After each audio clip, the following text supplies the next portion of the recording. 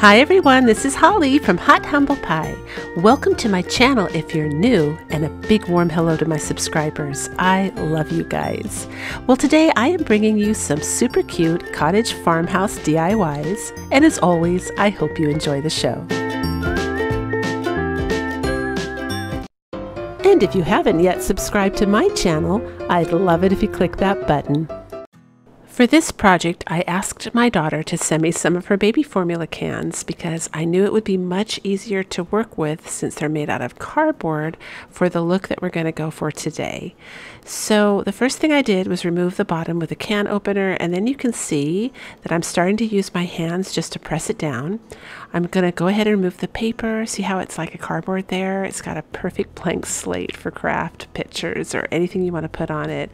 I love these containers. If you can think of any other containers like this that are cardboard, I think like hot cocoa is cardboard like this. Coffee sometimes comes in this. It's way easier to make these little pocket cans. That's what we're doing today. And I did take some needle nose pliers and some regular pliers too, just to squeeze the end down. It doesn't have to be perfect, just as long as it looks closed. And see that little piece of paper sticking up? If that happens to you, no big deal. Just wait for the paint to dry and you can shave it off with a utility knife or a craft knife. Here's a free printable. I went ahead and printed it up on tissue paper. The printable will be down below in my description box. I love using the tissue paper method for transfers because it allows you to use really beautiful imagery that's detailed, and it looks almost like it's painted on because the tissue paper is transparent. So I am leaving it on the cardstock so you can see what I did here. I just used masking tape. I taped the tissue paper down on the cardstock, put it through my printer, the right side facing up so that it will print down on the tissue paper, and that's it. It's that easy. I cut it out, and now I'm using a glue stick from the Dollar Tree to apply it to the front of my craft.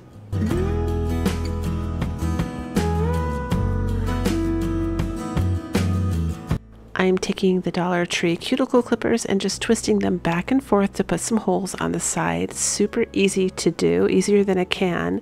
And the other thing I really like about the cardboard is that you can get it into a nice graduated pocket so it looks more like a pocket.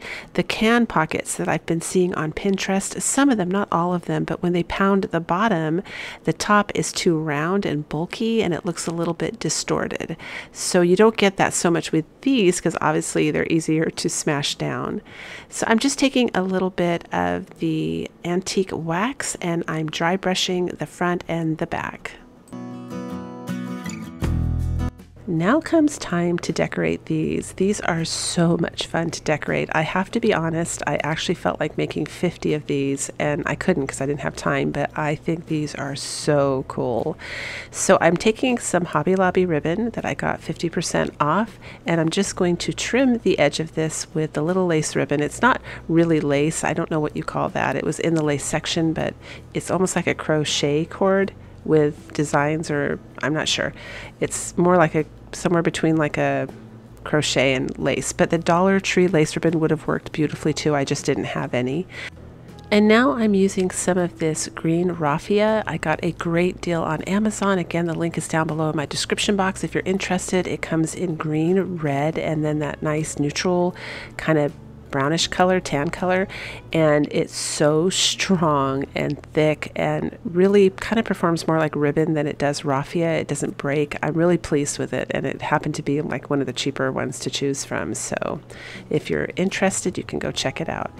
So I take and cut 9 strands in the same length, and then I grouped 3 of them together so they're a little thicker, and I went ahead and taped it onto my table, and then I braided it all the way down to make a cord, and we're going to use this to hang this little pocket here. I'm just pushing it through the holes from the inside, and I decided to leave the green like little tassel out on the edge to add to the look.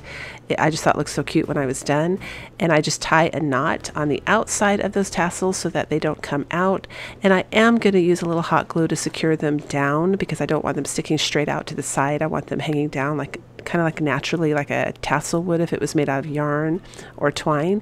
So I glued them down, and then I put a little paper towel in there to fill it up just a little bit, and now I added some Spanish moss on top.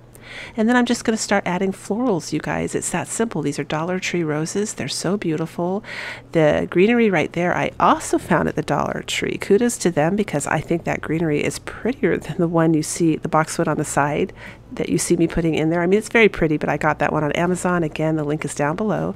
But I'm just going to go ahead and fill this up with different florals. The neat thing about these too is you can make them seasonal. You can change the print. You can use seasonal florals. Really, really fun. Again, this is some ribbon from Hobby Lobby, 50% off. I made a cute little bow with 2 of them. If you want to know how I make my bows, I have a video called 10 bow hacks. It covers every single bow I ever make in any video, so that I didn't have to do individual tutorials each time I do the video, and they are time stamped. So this is just your classic bow if you want to go check it out. But we're all done, and I absolutely love this.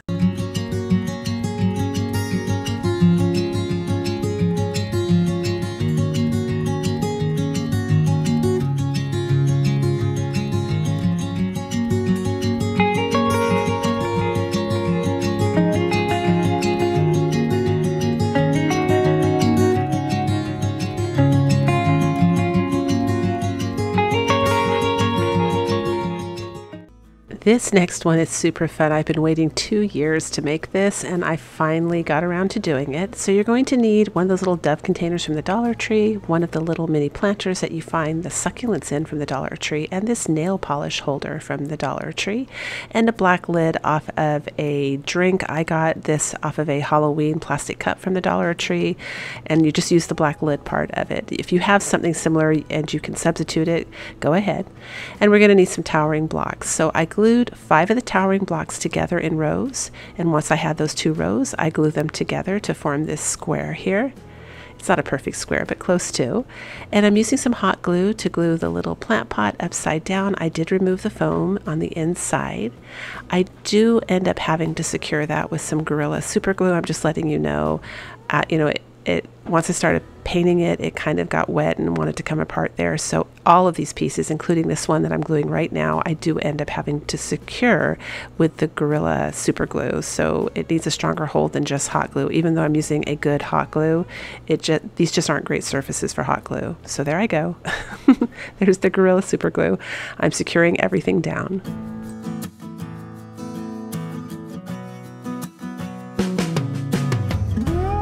So if you've guessed already, we're making one of those little antique scales, and I saw that piece, that nail polish thing, and it was just the perfect shape. Everything was perfect. That's why it took me so long to make this, you guys, is I couldn't find anything that quite hit the mark for that, and I wanted to make one for my tiered tray. So this is small enough to put on a tier tray, and that's what it looks like when we're all done. And that thing on, that little nail polish thing, it's actually rubber, so it bounces around like a scale too. It's really cool. It came out really, really, really nice. So I painted the whole thing with black acrylic paint. I believe this is a multi-purpose paint, actually. Even though it's acrylic, it does say multi-purpose, so it covers and sticks to different surfaces. I gave it a quick blow dry, and now I'm using some of the Dollar Tree lightweight spackling, which I mixed with some paint. You can use chalk paint or acrylic paint, but it makes it creamier. The lightweight's a little bit too crumbly for me, and it makes it act more like what I'm used to as, I call it the normal spackling. It's just creamier. And I filled it in and then painted over the hole. Now I'm using some of their spray on adhesive. It was plugged, so I poured it in and used a sponge, and I'm just gluing the face of this little scale down. I think I googled antique scale face and this came up. It's a free printable, and I'm going to go about aging and distressing this. I give it a dry brush of white paint all over. I do decide to do the base solid white and the very bottom of it more of a solid black, so I changed my mind a little bit. But the metal part, the top that's supposed to be, bouncing the scale, I choose a copper from Folk Art. It's one of the metallic paints there, and I make that look like a faux aged copper. And now I'm going to go back and paint the base a little bit more solid white. It's okay for me if some of the black shows through, because that's how an enamel would look if it was naturally wearing from age, and this is supposed to be an old scale. It's supposed to be an antique, but I decide that I want it a little less distressed, so I go back and put a little bit more black paint on the base. And then you'll see me in the front here around the clock. I'm going to be adding little marks to make it look like chipped enamel as well.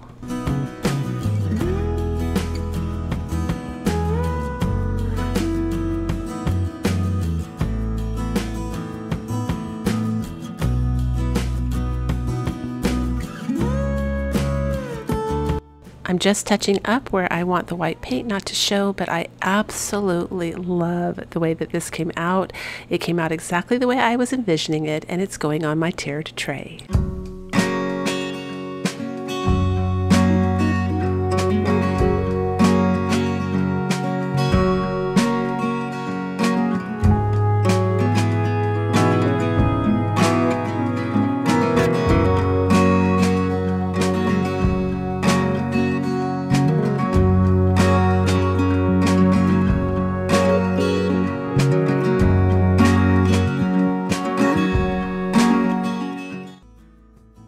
We don't often get a lot of these rounds at my Dollar Trees, so when I found them during Valentine's, I grabbed a bunch of these for DIYs. I'm going to go ahead and remove the sticker off the back and give it 2 coats of my white chalk paint. This is a free printable that I made myself, and I will provide it down below in my description box. All of the printables will be in my description box today. And I went ahead and printed it again on the tissue paper. It's my favorite way, like I said. And this time I'm going to take a little bit of water and a brush, and I'm just going to go around the edges and tear this really gently because I want the edges to be a little shredded so that it blends more into my surface and you don't notice the edges as much. So the way you find a description box as well, I get a lot of questions about this. If you're on a PC, click the See More and a drop-down menu will appear. If you're on a cell phone or a tablet, click the little gray arrow in the upper right-hand corner and a drop-down menu will appear, and you'll see all the links down in there. So I'm using a Dollar Tree glue stick to glue this down. Again, super cheap. You get 4 of them for $1.25. Sometimes you'll see a package of 8 and you'll get that for $1.25. Grab those up, but it works wonderful for a permanent hold with minimal, if any, wrinkling at all.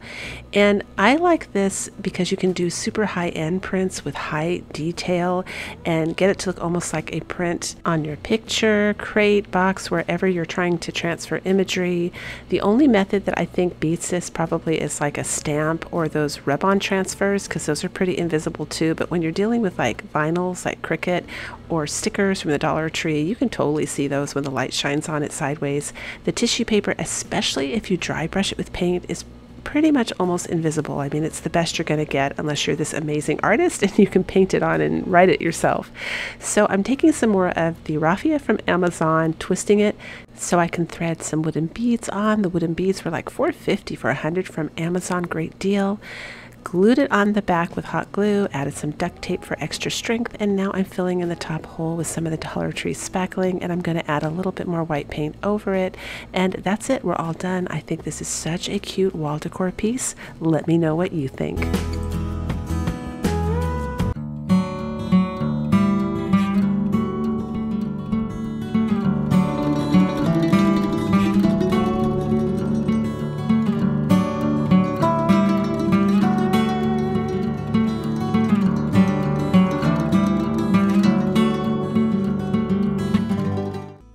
In my planter video, I showed how you could take these little containers from the Dollar Tree and turn them into cute, succulent planters.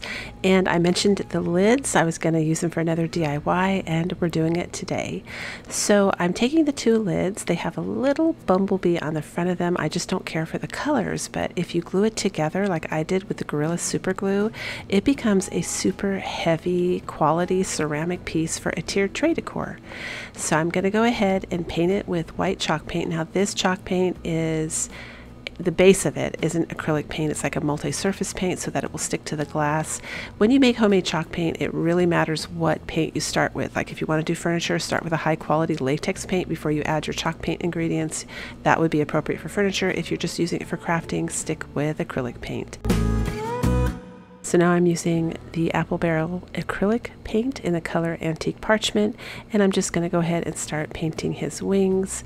Then I use the furniture pen from the Dollar Tree to trace his little body. You can see what I'm doing there. I'm just kind of doing his head, the little stripes, his feet, his little antennas.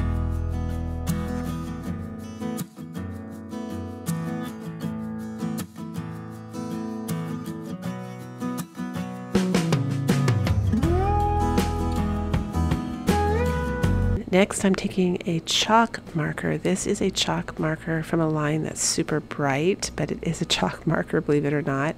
It's the only one I have. My son-in-law gave it to me, so I'm using it. I'm going to go ahead and tone this down, but just to start with, because I wanted to get some golden colors in him, I'm going to go ahead and do his little stripes with this bright yellow. I'm using nutmeg brown from Apple Barrel Paint now to do a little bit of dry brushing. You're going to see how I go about toning this down. So I'm doing a little bit of dry brushing over the yellow, but it also gives the illusion of the little fur on the back. You know how bees have that little fur? So hopefully this kind of creates that illusion a little bit better than just a solid flat color.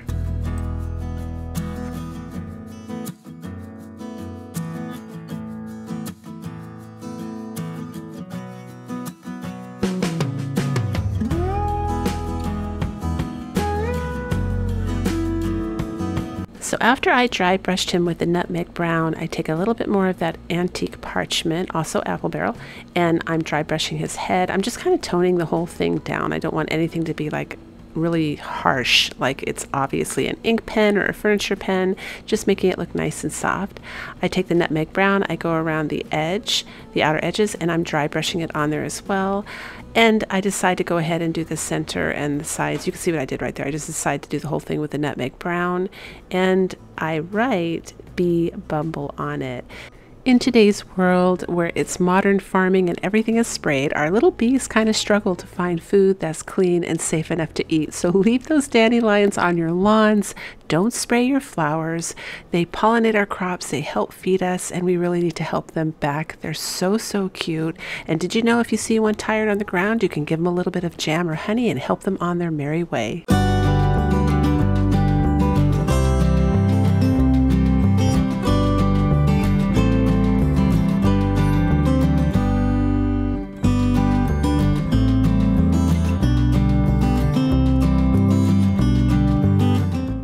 I love keeping these extra thick rolls from my heavyweight foil. They are great for DIYs, like they are super, super strong. I'm showing a utility knife here, but I end up cutting it with a saw because it was just too thick. There's the approximate measurement for those of you that would like to see that in case you want to recreate this. These are a little bit thinner than the standard paper towel rolls, so just keep that in mind. Paper towel rolls are too thick and they're not strong enough either. You need that center roll from the heavyweight foil. I have 3 of these Dollar Tree wooden boxes, and I'm just going to go ahead and give them a coat of white paint. Now I'm taking the Dollar Tree large craft sticks. I'm just cutting off the very tip where it starts to curve so it's nice and straight. It's because, of course, I don't want to just have cardboard there. Even if you paint it, you can kind of see that line on it. So I'm going to cover these with some craft sticks. If you're really good at painting and dry brushing and disguising stuff, you could paint it.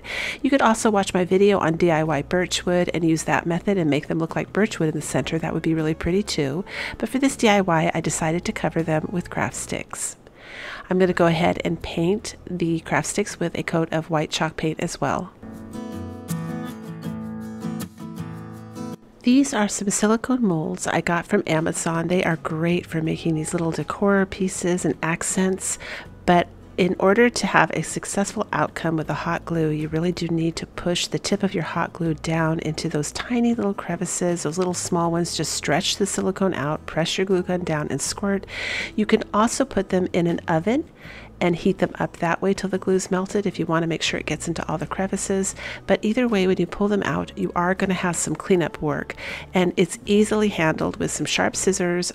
And well, I used cuticle clippers, sharp scissors, and the glue gun to remelt off little areas where like the clippers couldn't reach inside a circle area where there was a thin membrane of hot glue. I would push my glue gun through that area, and it really quick because it's super thin. In fact, you don't even have to touch it. Sometimes you just hold it close and it melts, and you move really quick so that you don't change the shape.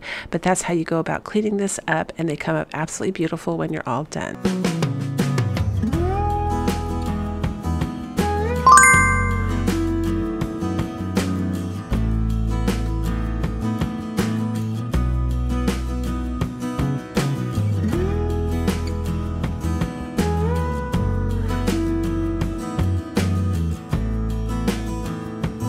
I I'm using the color Elephant Gray from Apple Barrel Paint, and I'm just dry brushing it around the edges and leaving the center white so it creates that nice cloudy look. I'm also leaving the middle of these wood because I love that they're real wood and I love that that shows.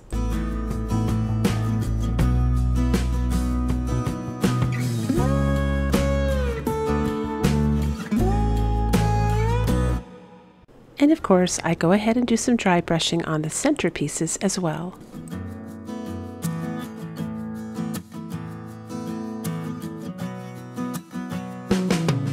I'm going to use this metallic paint by Folk Art in Sterling Silver to paint my little molds.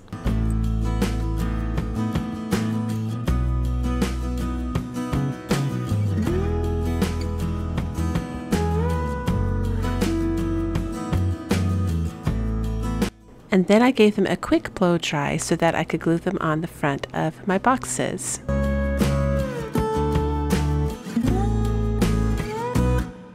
I am using a hot wood glue by Surebonder. It's down below in my description box, but I have to say that because this is cardboard to wood, it's like wood to wood, it stuck super hard. Like, you cannot move these, so make sure if you're making adjustments with the trays, you're doing it while your hot glue is still wet and liquidy, because once it sets up, you're not going to be able to change it.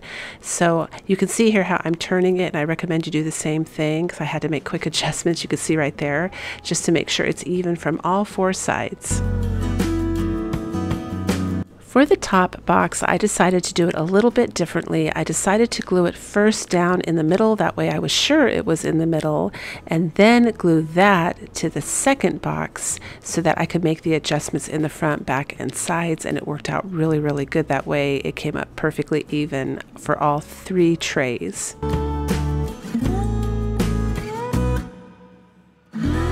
This is what it looks like when it's all together, and it is very sturdy. I just want to let you guys know that. You can store heavy stuff in this. It does not move, and it's pretty heavy too. My daughter's using it on her vanity for her makeup. I'm taking some white paint and just dry brushing the front of those little molds to make them look frosty, and then just tapping some of the Folk Art metallic paint in copper on the front, and that's it. This came up absolutely stunning. She loves it. I love it. Highly recommended craft. I hope the camera does it justice.